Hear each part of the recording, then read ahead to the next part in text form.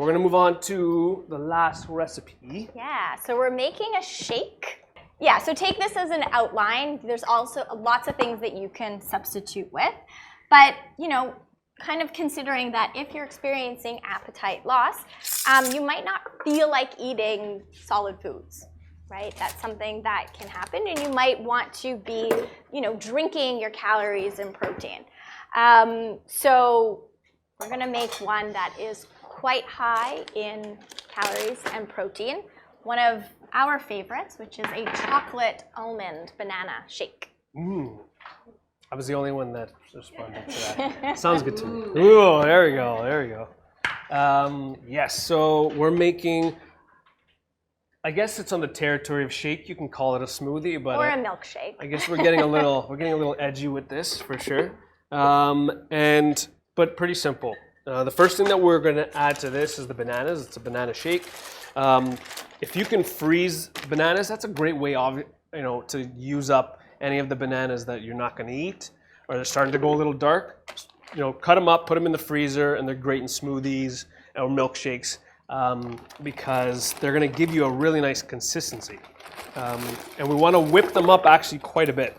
Bananas are very high in pectin, and when we whip pectin like vigorously in a blender or food processor, it's going to give us a consistency very similar to like a creamy ice cream, right? So we're not adding ice cream to this, which we could as well, but the bananas are actually going to give us that texture for us.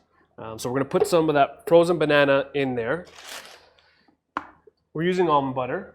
You can use peanut butter. You can. I prefer almond, just the taste, but any nut butter, I guess. Yeah, any nut butter high in like fat. The good type of fat that you want to get, you know, for heart health reasons. Lots of unsaturated fats and high in protein. Awesome. So a couple tablespoons. This for one? No. This is, the serving on the recipe is 1 serving.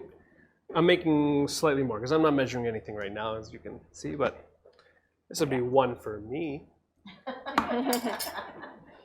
We're going to add cocoa powder for the chocolate bit, and that's going to actually give us a much more intense chocolate flavor than if we were just to add regular chocolate to this. So 2 good-sized tablespoons of that. And just something to note that you want to choose nutritious drinks when you're experiencing appetite loss. So if you are using, you know, your drinks as sources for nutrition, you know, make sure that they are higher in calories and proteins. You could certainly use a nutritional supplement like Ensure or Boost, but and at the same time, it is important to stay hydrated.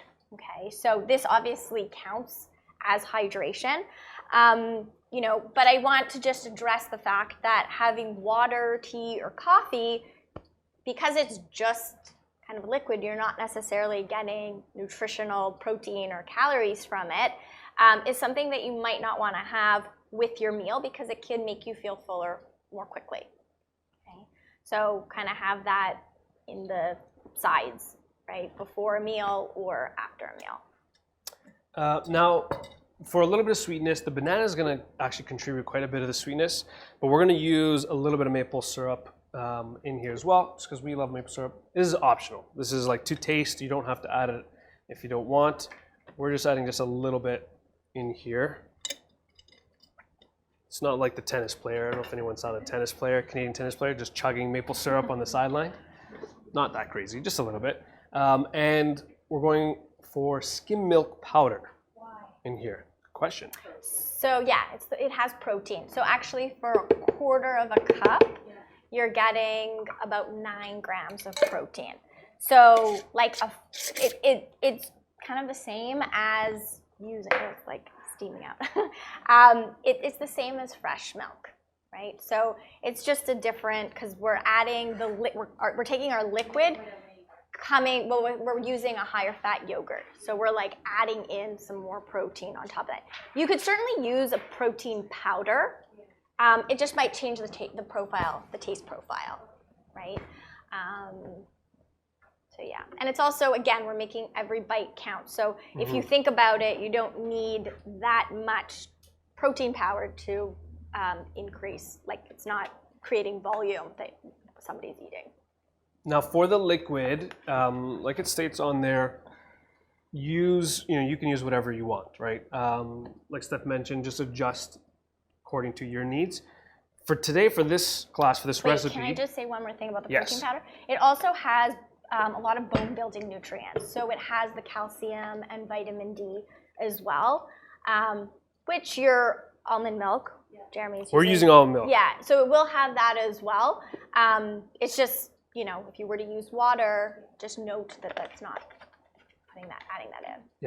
Yeah, almond milk is going to be pretty light in a lot of those categories too, right? So it doesn't have protein, right? So you can use regular. Yeah, so again, like a lot of people think, okay, almond milk is a more nutritious or better version. It just depends what you're looking for. If you're looking for protein, it has like 1 gram per cup. Yeah, so that's why we're adding the protein powder to really the skim milk powder, yeah. Sorry, the skim milk powder, yeah. Okay, and that's it. We're going to blend it up.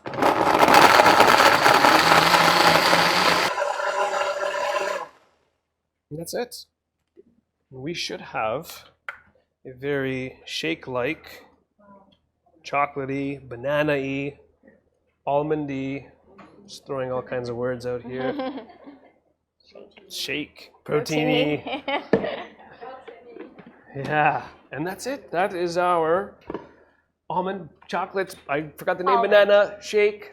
Yes. Awesome.